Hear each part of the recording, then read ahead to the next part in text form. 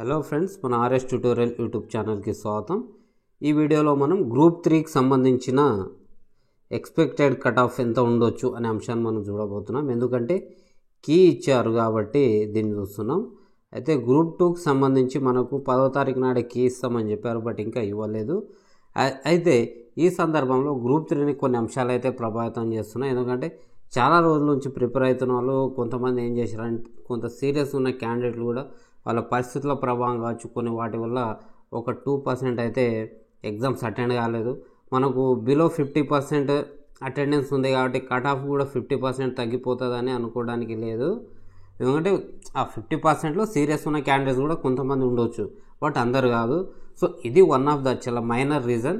అదేవిధంగా మనకేంటంటే ఈ డిఎస్సి రిక్రూట్మెంట్ కంప్లీట్ అయింది, ఆ తర్వాత గ్రూప్ 4 సంబంధించి కూడా కంప్లీట్ అయింది. కాబట్టి కొంతమంది కొంచెం టాలెంట్ ఉన్నవాళ్ళు, సో సబ్జెక్ట్ ఉన్నవాళ్ళు అటు పోవడం జరిగింది. ఈ నేపథ్యంలో వాళ్ళు రాసినప్పటికీ ప్రిపరేషన్ లేకుండా, రివిజన్ లేకుండా, అదేవిధంగా కొందరు అసలు రాయకపోవడం, ఇలాంటి సందర్భాలు అయితే ఉన్నాయి.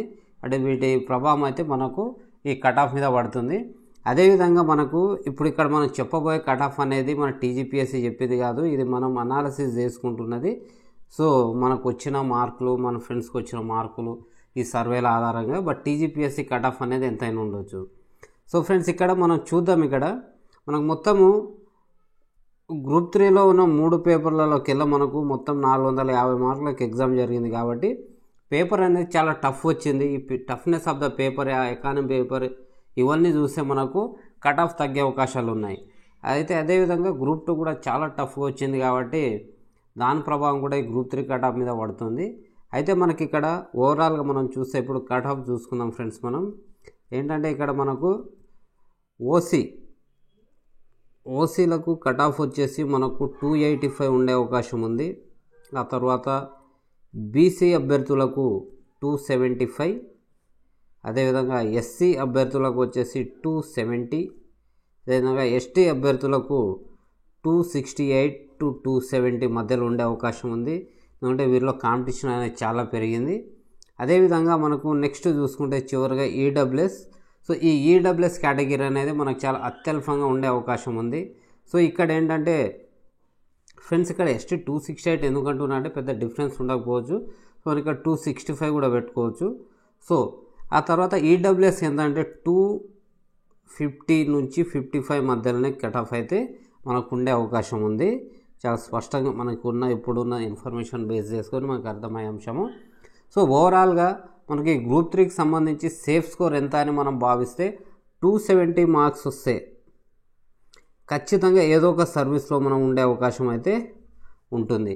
అదేవిధంగా గ్రూప్ 3 అంశాన్ని గ్రూప్ 2 చూసుకున్నప్పుడు మనం చెప్పుకున్నాం కదా గతంలోనే 2 వీడియోస్లలో, 360 వస్తే ఇంకా 370 దాటితే ఇంకా మనం పక్క ఏదో ఒక సర్వీస్ వస్తుందని భావిస్తూ ఉన్నాము. సో ఇది గ్రూప్ 2కి సంబంధించి కీ రావాల్సి ఉంది. గ్రూప్ 3కి సంబంధించి కీ ఇచ్చినప్పటికీ కానీ ఓఎంఆర్ షీట్ అనేది ఇవ్వలేదు కాబట్టి సో మనకు ఇంకా అక్యురసీతో మనకు ఈ అప్డేట్స్ ఇవ్వాలంటే మనకు కొంచెం టైం పట్టవచ్చు. సో ఏది ఏమైనా కానీ మనకు నెక్స్ట్ టీజీపీఎస్సీ సిలబస్లో మార్పులు వచ్చే అవకాశాలు ఉన్నాయి. సో ఈ కీ సమస్యలు ఇవన్నీ కూడా తీర్చే పనులు టీజీపీఎస్సీ సభ్యులు, చైర్మన్ ఉన్నట్టుగా మనకు తెలుస్తూ ఉంది. మా గత 4-5 రోజుల నుంచి చూస్తున్న వార్తల్లో. కాబట్టి సో ఫ్రెండ్స్, ఇది గ్రూప్ 3కి సంబంధించిన లేటెస్ట్ అప్డేటు. సో ఈ వీడియోకి నచ్చితే లైక్ చేయండి, అదేవిధంగా ఈ వీడియోని మన ఫ్రెండ్స్తో షేర్ చేయండి, మన ఛానల్ని సబ్స్క్రైబ్ చేసేలాగా వీడియోలు అయితే షేర్ చేయండి. అంటే మన ఛానల్లో మనం ఖచ్చితంగా కరెంట్ అఫైర్స్ వీడియోస్, అదేవిధంగా డైలీ విద్యా ఉద్యోగ సమాచారం, అదేవిధంగా ఈ నోటిఫికేషన్స్ కావచ్చు, ఈ ప్రిపరేషన్ టిప్స్ కావచ్చు, ఏ విధంగా ఏంటి అనే అంశాల మీద అయితే మనము రెగ్యులర్గా వీడియోస్ పెడుతున్నాం. So thank you very much. జై హింద్.